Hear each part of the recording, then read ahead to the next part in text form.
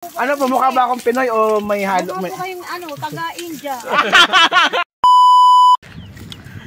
Siyempre, nandito na naman tayo manggugulo mga pards. Pastor, okay lang mag-vlog tayo dito, Pastor? Okay lang mag-vlog tayo dito. So mga nag-work dito, lahat ng pastor nakakaya. Ako lang yung loko-loko na nandito. Ito na yung development nila nung ginagawa nung nakaraan. Video sa last vlog natin. Wala pa to. Ito yung rest house to, Pastor, no? Rest house. Sa last vlog namin wala pa to. Pero yun, sinisimulan na nila kasi bukas na daw yung ano, di ba? Yung DA. Bukas pupunta. So kailangan at least merong pundasyon. Nasa 70% na po yata yung development niya dito, na, Pastor? Meron na. 70% na. Ayan, mga pastor yan, no? Siguro 4 na yung, ay 5 ng pastor yung nakilala kong nag-agriculture, na-engage sa agriculture. Tapos ito pa sila. So iba talaga yung dating ng agriculture dito sa ano, sa probinsya. Ilang days na to, Pastor? Ilang days na po kayo dito nag-aano, Pastor? Itong lugar dito. I mean, ito po lahat. Magwa 1 month. 1 month na po. Sobra ng 1 month. Pero Pastor, ang ganda eh. Ang ganda na ng development eh. Tapos mamaya maglalagay tayo dito ng ano, sa likod ng yung alarm. Para di naman nakawan kasi sila dito. Tatlong beses na. Oh, yung panghuli yung madami, 5. Puro na, tsaka puro rooster yung nanakaw. Ang maganda dito kasi may mga kawain na dyan. So libre yung materyales nila na ilalagay doon sa rest house. Ang presko dito mga pards. So dito may duyan, tapos ayan, nakakatanggal talaga ng stress. May duyan, kape. Yun yung the best mga tol. So istorbo natin dito yung mga pastor. Yun nga po eh, yun yung magandang pag magtatayo ka ng ganitong farm, at least yung lupa mo may talagang makukuha ka ng resources like itong kawayan, tapos itong ganito, dos por dos, yung nyug na ano, may makukuha ka talaga. Bibili ka talaga. Oh, Pastor, yung doon niya sa ano po, sa sige paggawa ko ng farm, materialis lang, yung kawayan lang. Gumastos ako ng mga siguro 3,000. Sakit sa ulo. Nabibitin pa. Oh, Pastor, may mga paisa-isa pa, kulang pa na ano niya, ganito. May lalagay pa niya tayong ano dyan. Sabi ko, pambihira, gastos. Ang asawa ko, nagre-reklamo na eh. Parang reklamo. Oo, kasi siya yung nagbabudget eh.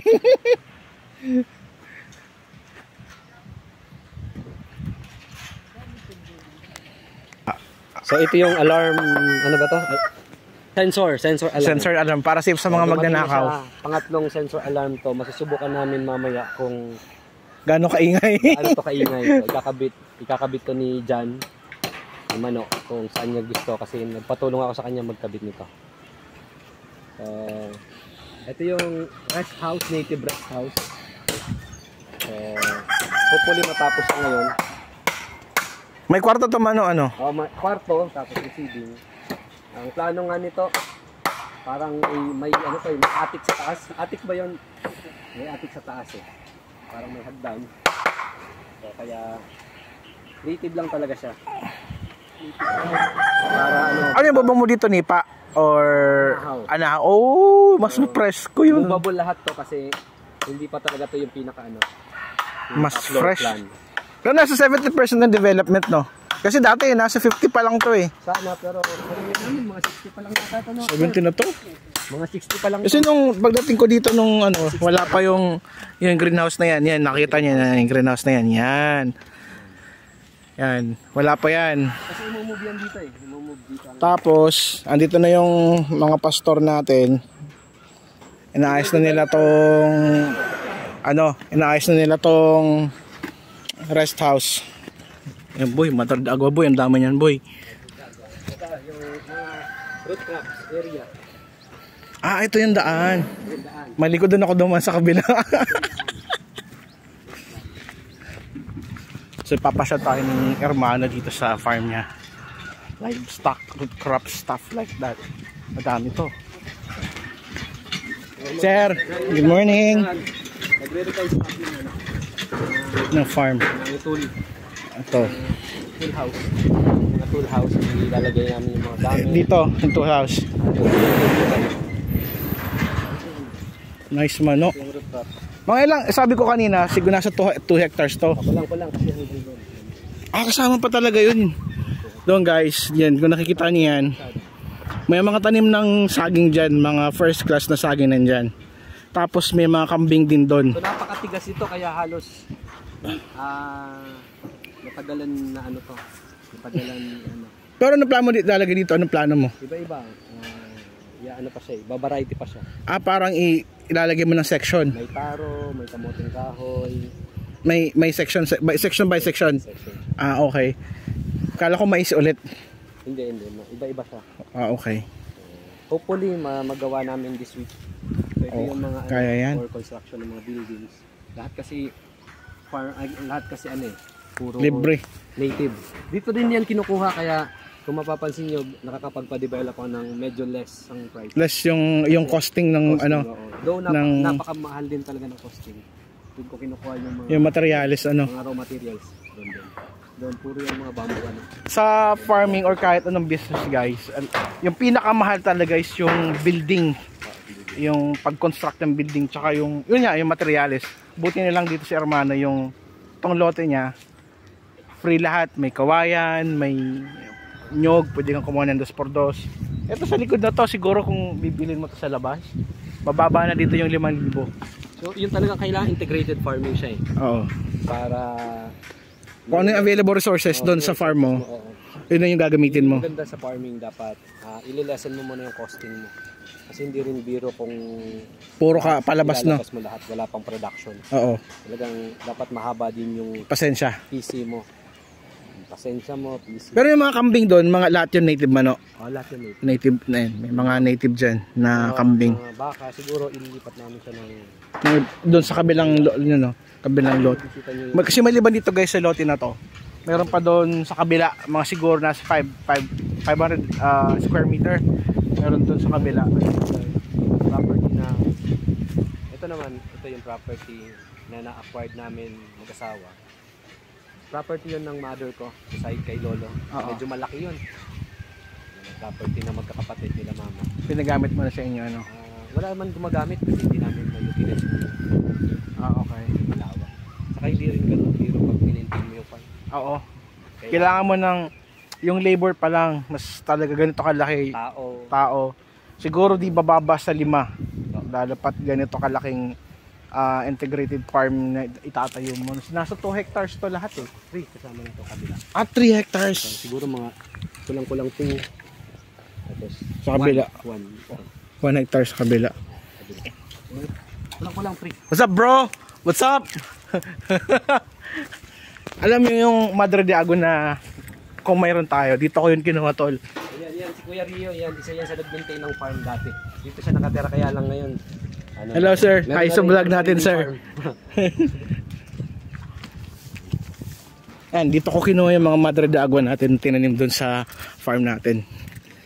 Ayun yung blessing sa atin kasi meron tayong best friend na kapamilyang touring sa atin. So yung kung ano yung available na resources niya, sinishare na sa akin.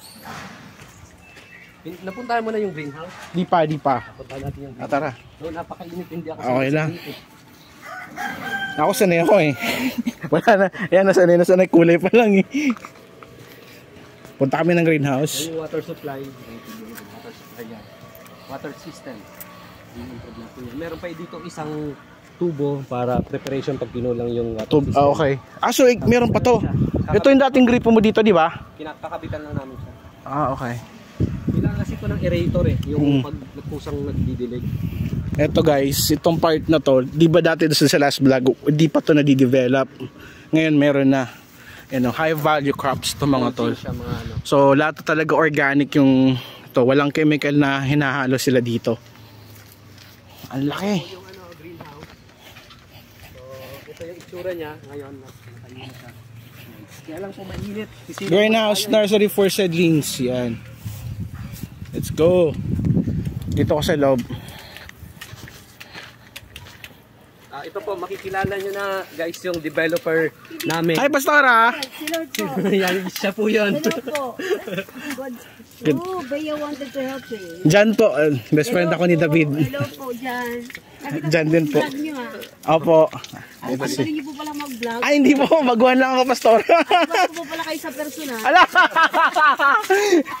Narinig nyo yan, ha? Pastor na yung nagsasabi. Hindi sinungaling yan. Guwapo po. Guwapo po. Ano po, mukha ba akong Pinoy o may halo? Guwapo kayong taga-India. Grabe si Zero. Sa'yo po yung Dito, Pastor, ano po yung mga nakatanim dito, Pastora? Dito sa flat na to, ilalagay po natin ay carrot. carrots. Carrots po siya. Tapos, yan, pwede mo lapitan yan. Yung mga seedlings namin doon. Oo, ililipat ko na po kasi para Ano po, Pastora, yung mga nakatanim dito, Pastora? talong po tayo dyan at saka chili. Talong, sili. Halo-halo na po pala yung mga seedlings natin dito. Po, may kalabasa. Oh. Pagkatapos meron naman po tayong carrots dyan. May pechay. Yan po yung ating parang para ma-secured sila. Ang dami. Sari-sari po ang tinatanim natin sa next is lettuce naman. At saka So, si Pastora yung lead ng pag-develop dito sa integrated farm. Sa direct sunlight kasi may UV plastic siya. yan po ay protection sa radiation ng araw. Radiation ng araw. Ito naman, Saka yung insect net. direct, Insect net, hindi siya mapapasok ng mga insekto. Saka hindi po siya direct na mauulanan. Kaya safe po ang ating magiging high value crop sa loob. Ganun pala yung Para po yung mga seedlings natin din nababali ng malakas na ulan, tapos ng hangin. ng hangin, para po silang taguan. Mm. Nursery, kaya ang tawag po nursery. Kung sa manok meron din nursery, yung brooding, Opo. meron din po pala sa mga halaman, Pastora. Importante po ang nursery sa farm. Para minsan yung mga kinakalaykay po kasi ng mga Manok. manok minsan, pag wala kang nursery, yung mga palaka, Opo. inuupuan. Opo. Kasi yung ihi nila, di ba? Yan. Isa pa yan, dinadaga. Kinakain ng mga kung ano ng mga langgam. Ito po ang potting mix natin. Ano po yung nakalagay dyan, Pastora? 1:1 po yan. Garden soil, cow manure, at carbonized rice sand. Talaga, Pastora. Opo. Ito na yung paras nung ginawa nyo po doon sa kabilang ano. Opo. Yan po yung mga tinatariman po natin para hindi po tayo gagamit ng mga chemical. So, organic. Ayan mga tol, wala tong yung chemical, lahat to organic. Organic po yan. Huwag kayong green-minded. Yung iba po kasi, Pastora, naging green-minded pag sinabing Organic. organic, hindi wala halong chemical. Maganda po yung organic kung pagsasaka. Pastora? Kasi health is wealth. Alam niyo po bakit may mga cancer ngayon? Pastor. Oo nga po, Pastora. Yan na po yan. Dahil doon sa mga chemicals na mga hinahalo sa pang-spray, di ba? Opo. Tulad ng complete. Ayan si Bea, tinutulungan si Pastora. Antay ng fermented fruit juice. Ayun nga po, Pastora, yun nga po yung ginawa ko doon sa manukan ko po. Kasi meron din po akong farm. Pero manok, nakapokus po ako sa manok for egg layers, mga brown Kunin egg. niyo po sir yung chicken dam. Napakaganda po nun sa plant. Pastora, yung mga iniputan nila. Opo, kasi dadry nyo lang po sa sunlight. Opo. Tapos yung ilalagay sa mga Napakaganda po yun. Idagdag niyo po sa potting mix. talaga, Pastora. Maganda. Powderize nyo lang po yun. Maganda pala yun talaga. Huwag niyo po, kahit isako-sako nyo lang po, binibenta po yun. Ayan o. Sa mga kapatid ko dito, yung bunso namin, What's up, bro? Kumusta? Congrats pala, Ilan babae, lalaki? Bae. Nice! Welcome to the club sa Puyatan. Puyat ga. Ito binibenta, PM lang sa may gusto. 15K. Free delivery. So ito, nakakuha na naman tayo ng pantanim ng Mother de Agua. Tapos yung ibang dahon, ibibigay natin doon sa mga manok. So let's go. Pasok tayo sa breeding pen. Ito, favorite to ng mga Rhode Island. Ay! Pambira. Ito yung heritage pen ng David. Doon siya. Tutukain na nila yan. Ito na lang yung natirang mga manok dito kasi ninakawan to dati. Yung una, dalawa, yung pangatlo, ay pangalawa, dalawa. Mas malala yung pangatlo kasi apat yata yung nanakaw na manok, karamihan pa hen. So ang natira na lang na hindi dito is tatlo. Ayan, daming rooster neto. So hindi maganda yung ratio. Dapat niyan sa isang rooster dapat merong 7. Maximum na yung 7 para sa akin. 7 hen.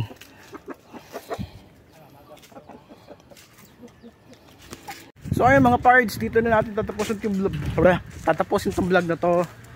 Hanggang bukas ulit babalik tayo para sa visitation ng Department of Agriculture. So titingnan to kung pwede nang gawing school. Marami tayong natutunan today and marami pa sa susunod na vlog. Maraming salamat sa panonood. God bless you. Yan, shoutout sa mga pastor natin masisipag. Hello po.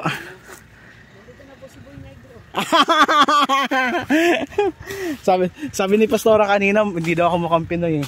Wala ko si Bustaripa na eh.